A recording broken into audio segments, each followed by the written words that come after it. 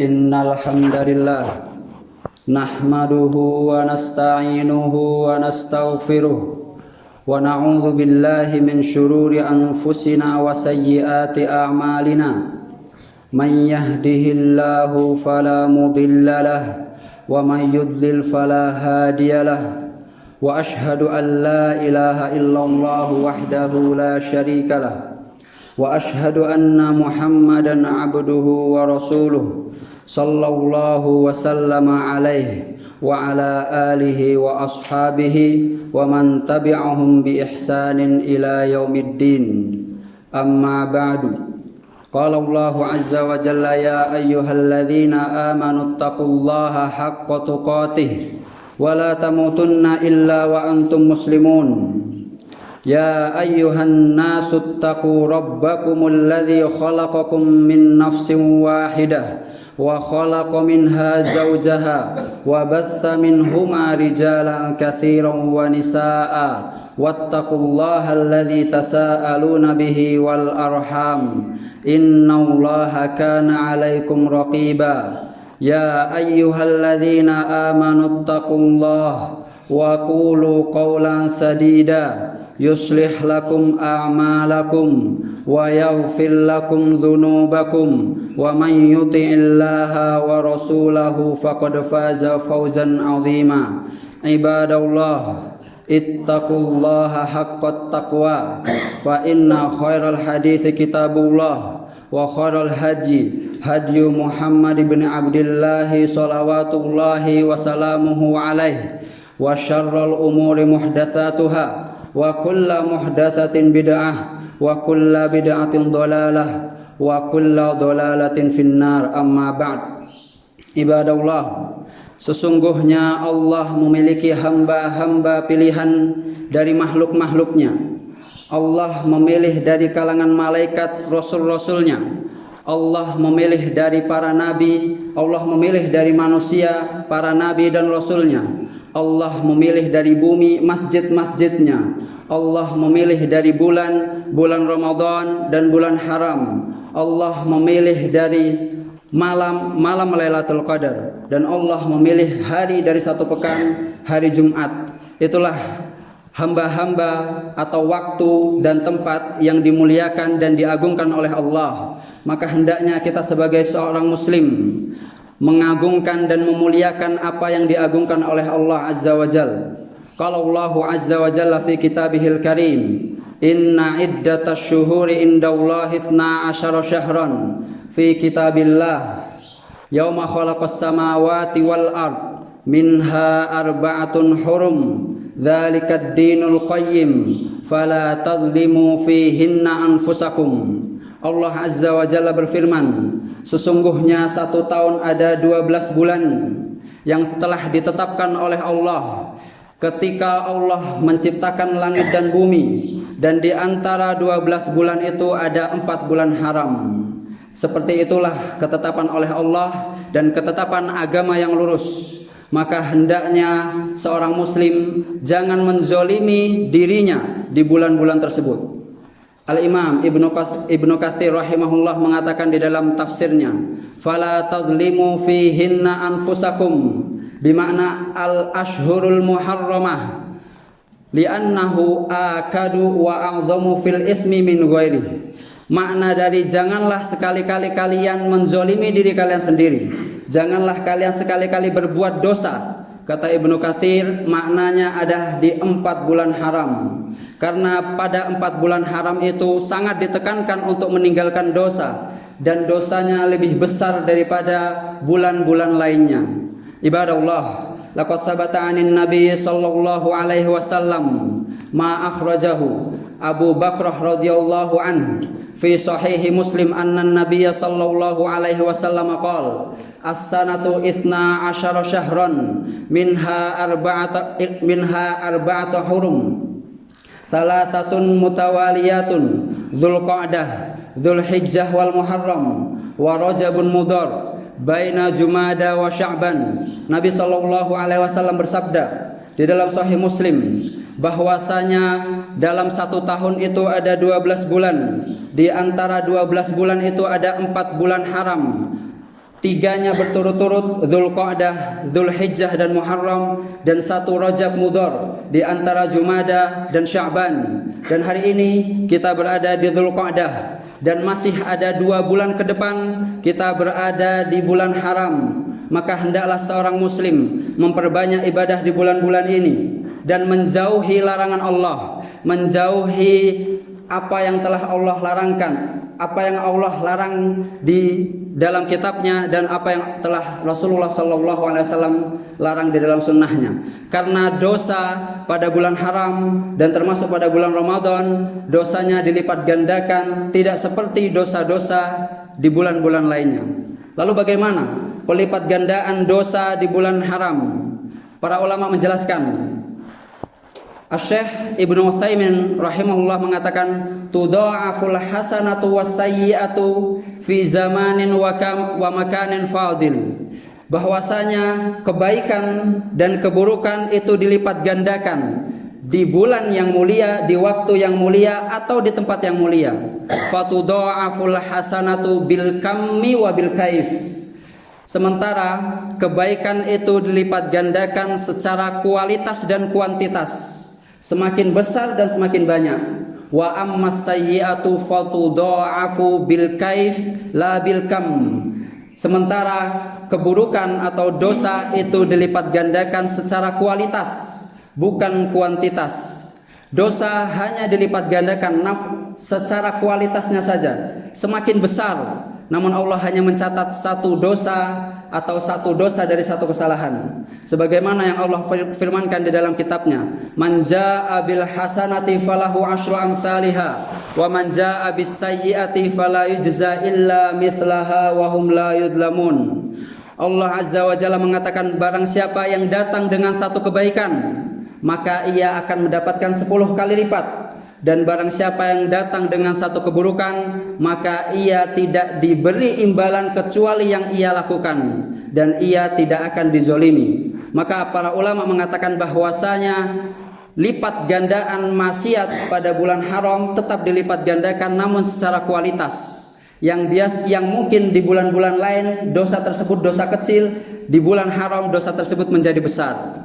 Ibadah Allah, kita hari ini di bulan haram, 2 bulan ke depan di bulan haram, dan bulan ke depan kita memasuki bulan Dzulhijjah, yang mana bulan Dzulhijjah dibahas oleh para ulama mana yang lebih afdol, mana yang lebih mulia, 10 hari pertama bulan Dzulhijjah atau 10 hari terakhir bulan Ramadan. Maka Syekh Ibnu Baz rahimahullah mengatakan, al-ashrul awakhir min Ramadan afdalu min jihatil lail. 10 hari terakhir bulan Ramadan itu lebih afdol daripada 10 hari terakhir bulan Dzulhijjah dari sisi malamnya. Li'anna fihi Lailatul Qadar, karena di dalamnya ada Lailatul Qadar. Wa amma al-ashrul awal min Dzulhijjah afdalu min jihatin nahar, li'anna fihi yaumu Arafah wa fihi yaumun nahar. Sementara 10 hari pertama bulan Dzulhijjah itu lebih afdol daripada 10 hari terakhir bulan Ramadan dari sisi siangnya. Semenjak terbit fajar hingga terbenam matahari itu lebih afdol 10 hari pertama bulan Dzulhijjah, karena ada Arafah dan juga ada kurban. Maka hendaknya seorang muslim memperbanyak ibadah di bulan-bulan haram ini, di 10 hari bulan Dzulhijjah, dan juga menjauhi larangan-larangan Allah. Dan perlu diketahui bahwasanya dosa itu memiliki efek yang sangat banyak. Efeknya di dunia maupun di akhirat. Efeknya secara langsung maupun ditunda. Efeknya bagi diri sendiri maupun bagi orang lain. Efeknya bagi jasad maupun bagi hati. Al-Imam Ibnul Qayyim telah menulis banyak-banyak efek dosa dan maksiat di dalam kitabnya Ad-Da' wa Dawa. Lebih dari 50 efek dosa dan maksiat di dunia. Begitu juga efek dosa dan maksiat di akhirat. Mari kita simak beberapa efek dosa dan maksiat yang apabila seorang hamba mendapatkan 1 efek dosa ini, maka sudah sangat rugi ia mendapatkan efek dosa ini. Dan beliau rahimahullah mengatakan beberapa dari efek dosa adalah yang pertama qillatut taufik, sedikitnya taufik. Kemudian yang kedua fasadur ra'yi, akalnya akan rusak. humuludz dzikri, nama baiknya akan hilang, fasadul qalbi, hatinya akan rusak, idaatul waqti, dia akan tersia-siakan waktunya, nufratul khalqi, dia akan dijauhi oleh orang-orang atau dijauhi para makhluk, terutama orang-orang soleh. Kemudian al-wahsyatu bainal abdi wa baina rabbih, dia akan merasakan kehampaan antara dirinya dengan Allah. Kemudian man'u ijabatid doa, beberapa efek dosa dan maksiat adalah dihalangi terkabulnya doa. Kemudian qaswatul qalbi, hatinya mengeras, mahkul barokati fil rizki wal umri, hilangnya berkah di rizki dan di umur. Hirmanul ilmi, dipersulit untuk menuntut ilmu. Apabila sudah mendapatkan ilmu, mudah lupa. Dan ketika menuntut ilmu tidak fokus, dan ketika menuntut ilmu tidak paham, dan begitu juga itu adalah beberapa efek dosa dan maksiat. Kemudian beliau melanjutkan, alibtila'u bi qurana isu'il ladzina yufsidunal qalba wa yudayyi'unal aqla, dia akan diuji dengan mendapatkan teman-teman yang buruk, teman-teman yang bisa merusak hati, dan teman-teman yang bisa menyia-nyiakan waktu. Wa ihanatul adui, dia akan dihinakan oleh musuh.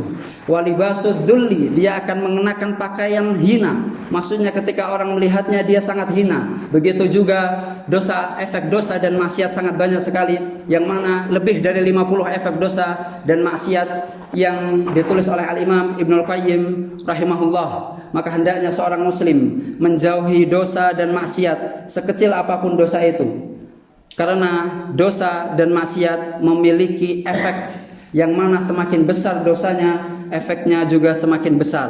Efeknya ada di ilmu, efeknya ada di hati, efeknya ada di rizki, efeknya ada di badan, bahkan efeknya ada di waktu dan orang-orang sekitar. Ibadallah, aqulu ma tasma'un wa astaghfirullah li wa lakum wa lisairil muslimina jami'a fastaghfiruh innahu huwal ghafurur rahim.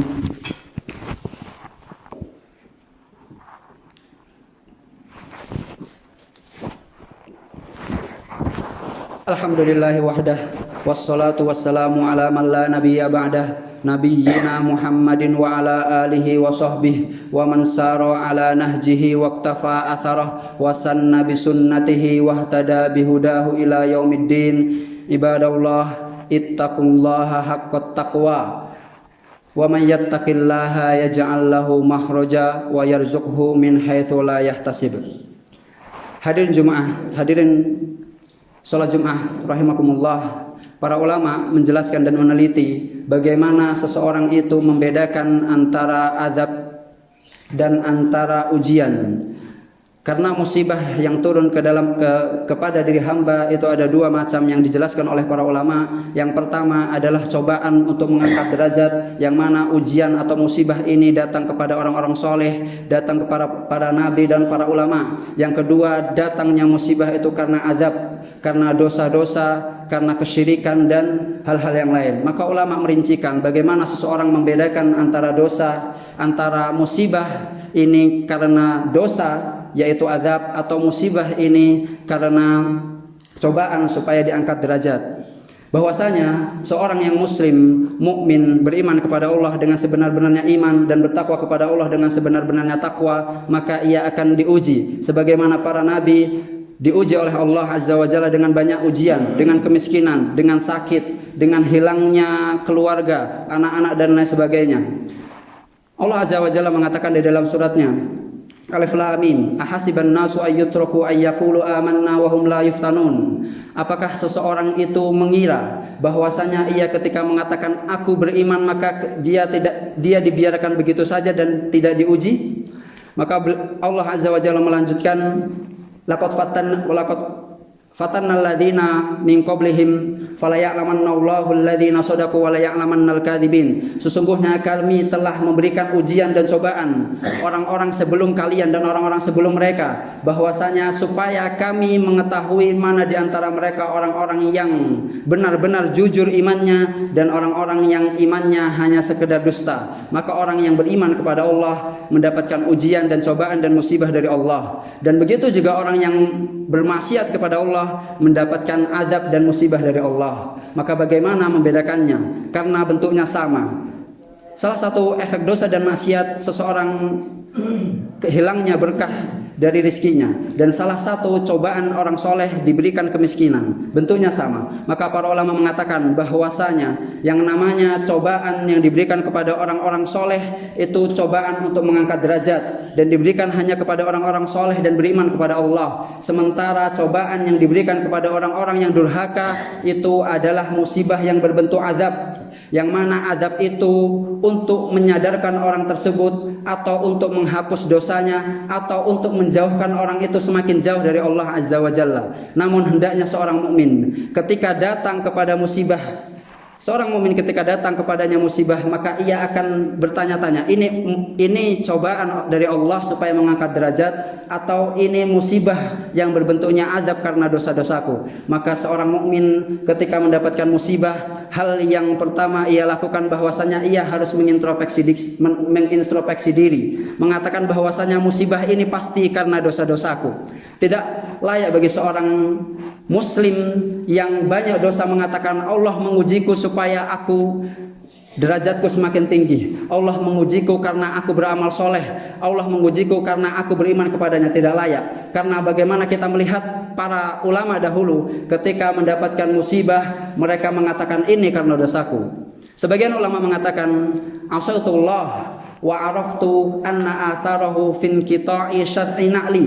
Aku pernah bermaksiat kepada Allah dan aku tahu efek dosanya sampai tali sendalku putus. Ketika tali sendalnya putus, ia mengatakan ini karena dosaku. Sebagian yang lain mengatakan, Ibnu Sirin rahimahullah mengatakan asaitullah fara'aitu atharahu ba'da 20 sanah. Aku pernah bermaksiat kepada Allah dan aku mendapatkan efeknya setelah 20 tahun.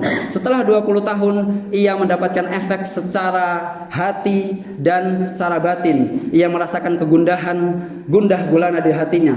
Kalau kita lihat, seandainya hari ini kita umur 15 tahun atau 20 tahun, seandainya kita lihat bagaimana Ibnu Sirin mendapatkan efek dosa dan maksiatnya 20 tahun kemudian, maka kita akan mendapatkan di usia 40 tahun atau di usia 45 tahun. Bagaimana para ulama dahulu ketika mendapatkan musibah, mereka mengatakan ini karena dosaku, kemudian mereka banyak beristighfar kepada Allah. Sebagian yang lain mengatakan asaitullah fara'aitu atharahu fi khuluqi dabbati wa imraati. Aku pernah bermaksiat kepada Allah sampai efek dosa dan maksiat berubahnya akhlak tungganganku, kuda atau keledaiku, dan berubahnya akhlak istriku. Maka banyak dari mereka ketika mendapatkan musibah, ketika mendapatkan cobaan dari Allah, yang mungkin kita bisa bilang itu adalah cobaan dari Allah untuk mengangkat derajat, tapi mereka tidak mensucikan diri. Mereka mengatakan ini karena dosaku, ini karena maksiatku dahulu kepada Allah Azza wa Jalla. Maka kita belajar dari para ulama bahwasanya ketika kita mendapatkan maksiat, hilangnya rizki dari kita, atau hilangnya harta dari kita, atau mungkin kita sulit menuntut ilmu, kita tidak menyalahkan keadaan.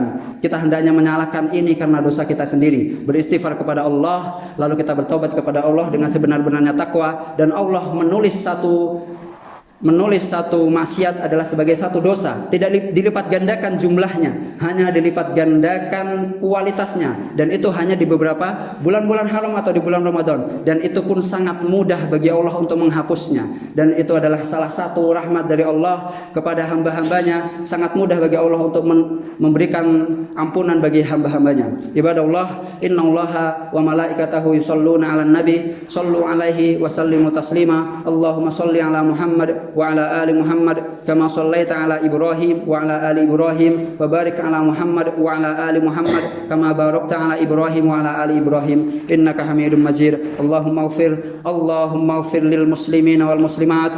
Allahumma ighfir lil muslimina wal muslimat. Allahumma ighfir lil muslimina wal muslimat wal mu'minina wal mu'minat al ahya'i minhum wal amwat ya qadiyal hajat. Allahumma ati nufusana taqwaha wa zakkiha anta khairu man zakkaha anta waliyuha wa maulaha. Rabbana atina fid dunya hasanah wa fil akhirati hasanah wa qina adzabannar. Allahumma a'inna ala dzikrika wa ala syukrika wa ala husni ibadatik. Allahumma ighfir lana wa liwalidina warhamhum kama rabbawna shighara. Ibadallah, aqulu ma tasma'un wa astaghfirullah li wa lakum wa lisairil muslimina jami'a fastaghfiruh innahu huwal ghafurur rahim. Wa aqimis shalah.